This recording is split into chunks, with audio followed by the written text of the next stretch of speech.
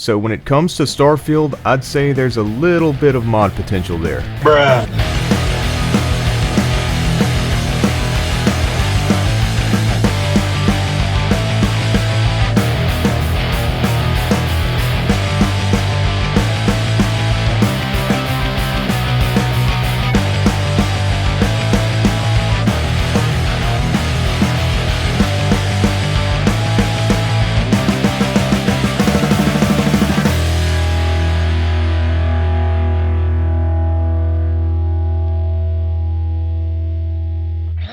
Are you tired of Starfield's completely cohesive storyline with well-written characters, lore-accurate inventory and cosmetics, appropriately placed suggestive material, and game design choices that just make sense? Well, I have the solution for you. Welcome to Nexus.com. Why stare at Vasco's boring nuts and bolts when you can travel the galaxy with Thomas the Tank Engine? Sick of high-concept, meticulously planned, and deeply imaginative space guns? Get your hands on a gold-plated Desert Eagle! Better yet, isn't it annoying that the women of the settled systems always seem to be walking around fully clothed? Not today, my friends! Shouldn't I be able to ride a horse on a planet with no breathable atmosphere? There, that's better. Why walk around staring at beautiful sunsets, majestic mountaintops, and other natural formations the way nature intended? E&B and Sweet Effects mods will fix that in a jiffy.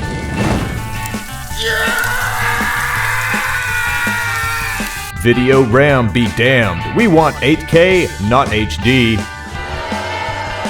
Are you kidding me? Mods are free to download, but require manual installation procedures to be followed meticulously in order to avoid bugs, graphical artifacts, game crashes, system errors, random restarts, driver corruption, and overheating of hardware components such as RAM, CPU, and video cards. It's recommended that you use a mod manager and research each mod for hours to make sure they're compatible consistently throughout the entire game, or you can wing it and hope for the best. Please consult your doctor if obsessive modding lasting more than 3 weeks occurs. Modding your game may lead to a level of instant gratification accompanied by the need for game developers to tailor to your unrealistic expectations and deep lack of appreciation for the unbelievably large production budgets and man-hours required to create these original works of interactive entertainment.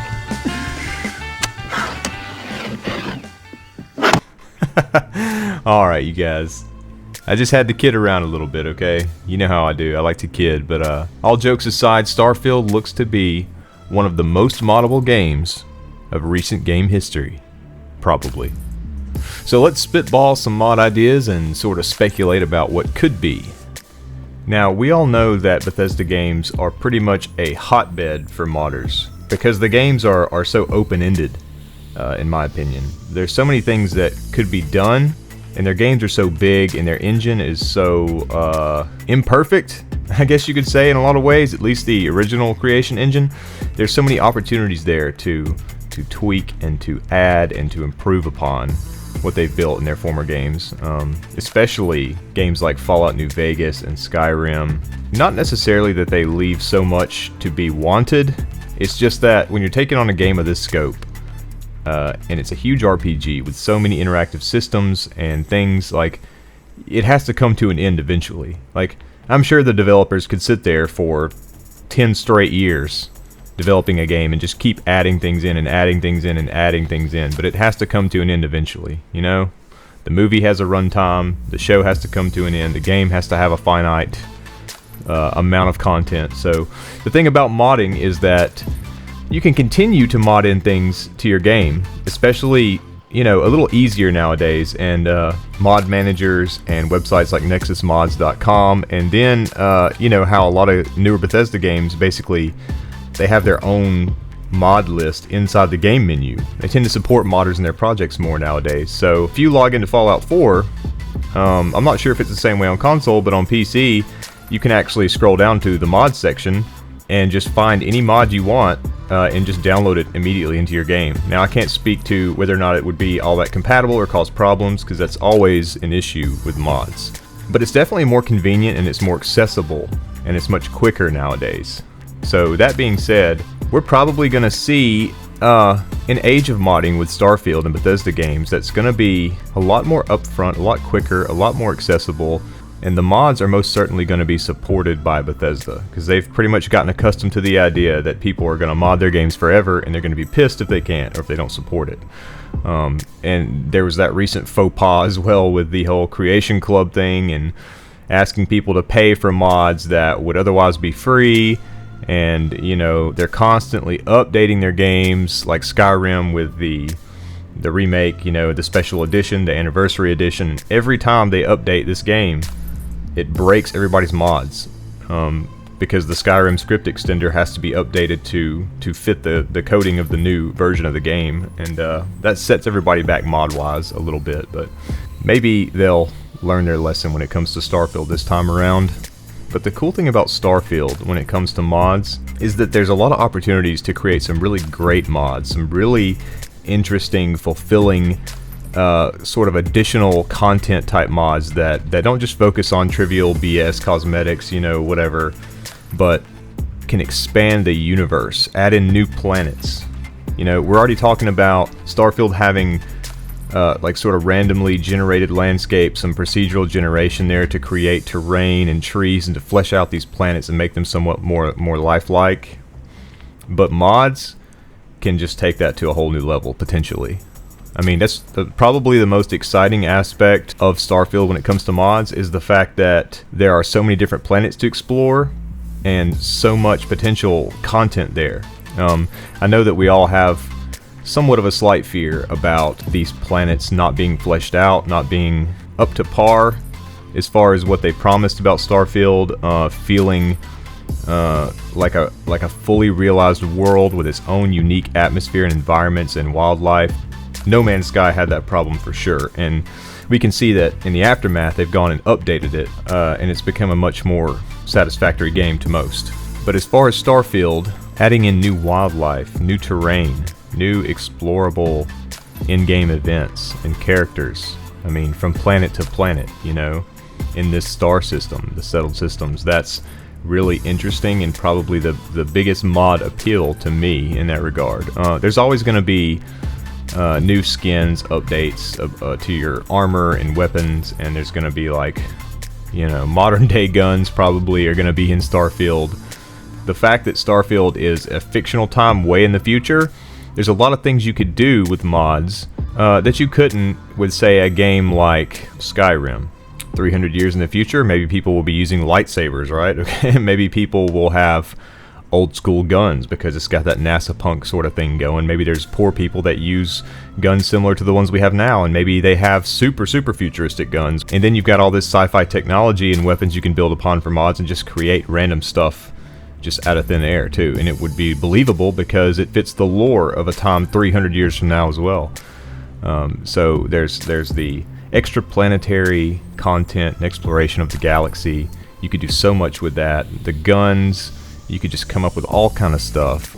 Cosmetics, it seems like anything that's sort of high-tech, sort of future space tech stuff would work well, but also it seems like kind of old school, rugged, dirty, rust and bolts kind of stuff would work in this universe as well, because we've seen the difference between like the space pirate uniforms and then like the sort of sleek, clean looking Constellation and United Colonies gear. So the thing about Starfield is it provides this big divide between two different styles that can encompass so many different types of mods and still be lore friendly. I mean, you could put a spacesuit in Skyrim, but it wouldn't be lore friendly. Not that a lot of people would care if that's what they're into, but you know what I'm saying. And then obviously you've got the ships. I mean, goodness, you can already build your ship from the ground up and customize it and change the shields, lasers, rockets, you know, the configuration of the bridge and the cockpit and the rooms and all that stuff, it seems. So imagine what you could do with that for mods. I imagine that we're gonna see a lot of the conventional mods with this game for sure. Some are gonna be, you know, incredibly annoying and unoriginal, but I think a lot of them are gonna be really good. And I think that modding a Bethesda game in the modern day, like I said, has become more convenient than ever. And they're definitely going to have a mod configuration screen on the main menu because Fallout 4 had it. So I don't think they would regress in that regard necessarily. And there will probably still be Creation Club content, but it will probably only be the stuff that's supported by Bethesda, that they've tested and made sure is very compatible with their game and causes no issues.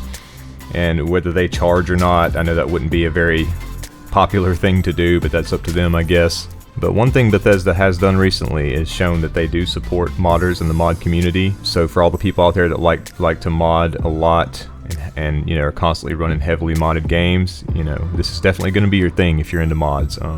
There's a lot of other games out there, obviously, besides Bethesda games that get heavily modded, like in more recent times, Cyberpunk 2077. Ideally, you want a game to feel so complete and so fleshed out and so finished that you can play it without, you know, needing to have mods to make it feel like the experience you expected.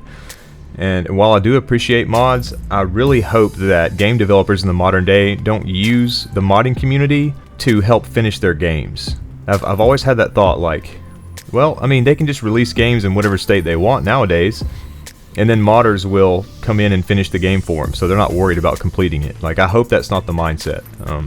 And that's one reason why I'm glad that if Bethesda thought that their game wasn't going to be finished to be released in November, you know, that they went ahead and delayed it. But if any of you guys are worried about there being any decent mods for Starfield, don't worry. There's going to be plenty of interesting mods for Starfield. It's really going to flesh out this world and give you a lot more to do, a lot more to see, I'm sure, over time. But as far as what kind of mods that you guys want to see in the game, let me know. Is there like a mod creator or a particular type of mod that you support that you are really excited about seeing in this game? Do you think this game is going to need modding because it's going to be kind of unfinished? What kind of mods do you plan on installing in your game? If you guys want to see more videos on mods or some videos talking about certain mods, I can definitely take that on and, you know, see what it's all about and see if I can premiere some mods in certain videos and whatnot. I don't know if I could be dedicated to like hardcore modding in the long run, but I can definitely do some videos on the most popular mods and show you where to get them, how to find them, this and that and the other. But regardless, yeah, you guys let me know what you're looking forward to, what you expect to see as far as modding, what you are the most excited about if you are going to mod the game. Let me know down in the comments below, and I appreciate you watching. Thanks for tuning in. We'll catch you in the next Starfield video as we look forward to the future.